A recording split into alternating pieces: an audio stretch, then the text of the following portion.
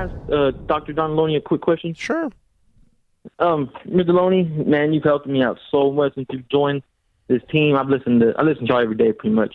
Thanks, but my man. question is, how do you deal with? So I come from an addiction household.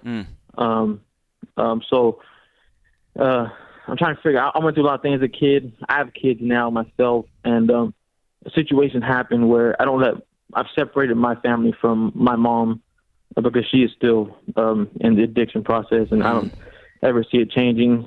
It just kind of it hurts in an emotional way because growing up without grandparents, I kind of see my own kid going through it, and so I'm like, a part of me wants to be like, hey, you can come see him, supervise, but then a part of me is like, man, you're gonna break his heart because my heart's been broken before, right? So by her, so I'm just trying to see. I mean, is it good just to be firm and strong and kind of take that pain on? You're wrestling with the fantasy of the Thanksgiving dinner with grandma and granddad and the kids running around and the fireplace going, and that's not in the cards for you. Or it's not in the cards for you unless your mom decides to make some pretty radical life changes, which have happened. They're hard. Addiction's tough, especially when you're older. But the reality is you got one job, and that's to protect your kids. That's to protect your kids in lieu of the fantasy that you hold on to. And, dude, I hold on to fantasies like that all the time. I wish, my house would look like this and my cars would look like that. We all have fantasies that we walk around with. Your number one job is to protect your kids. And so your instincts are right. Your gut is right.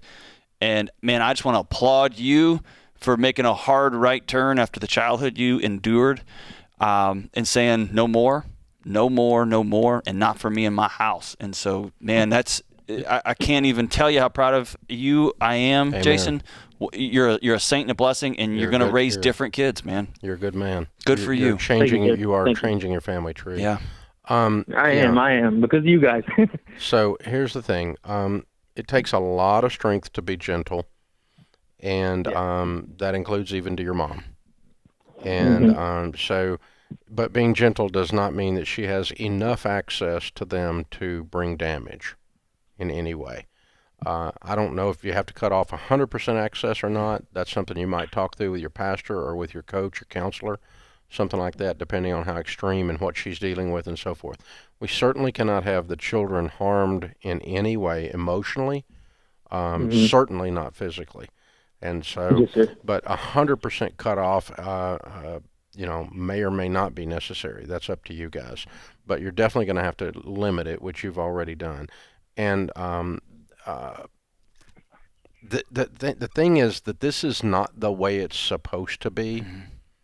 It's supposed to be the other way with the Thanksgiving dinner and the fireplace.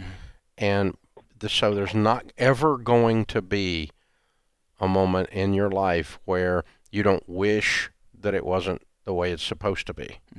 It's just not right. It's supposed to be the other way. And if it doesn't ever make you cry, if it doesn't ever make you feel bad at times, then you're probably in trouble. Because it should. Yeah. It hurts. And it's just because it's not supposed to be this way. Moms aren't supposed to be that way. Right. Dads aren't supposed to be that way. And nobody wants to be addicted.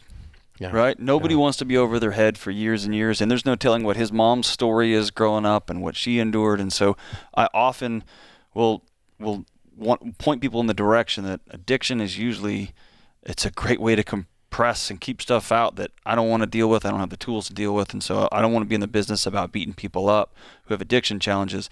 I do want to always encourage folks to go get the help they need, right? Yeah. And absolutely. Your kids and your grandkids, they need you in their lineage. Absolutely. They need you in their life. It could be, and you don't want to manipulate or something, but it could be that just that this conversation gives her the impotence to start working. Right. And that would be that'd be a wonderful outcome, but it may never turn out that way. Right. And, having a baby doesn't mean you're a parent. It just means you had sex. Right. That's all it means. I mean, there's a line in the old movie with Steve Martin, Parenthood, I think it was called. The teenage kid is getting ready to have a baby, and they're standing in the thing talking. And he goes, you have to go take a test to get a driver's license to drive a car. You don't have to do that to have a baby. Nope. And you would think that, driving a car versus having a baby, one is more important than the other, Right. You don't have to pass a test. As a matter of fact, quite the opposite. Right. You might have failed a test. Or 2 or 3, right? That's right. You flunked on impulse or something. But it's just what you're going through, sir, is just heartbreaking, and because it's not the way it's supposed to be.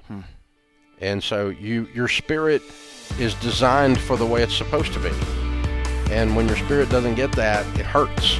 And so you just know that. If you're listening to this and you're struggling with addiction, you want to go see your grandkids, you want to spend more time, take the first step, make a phone call, go get some help. Yeah. Go get some help. There is healing on the other side of addiction, too. Do the hard work. It's hard. Hard.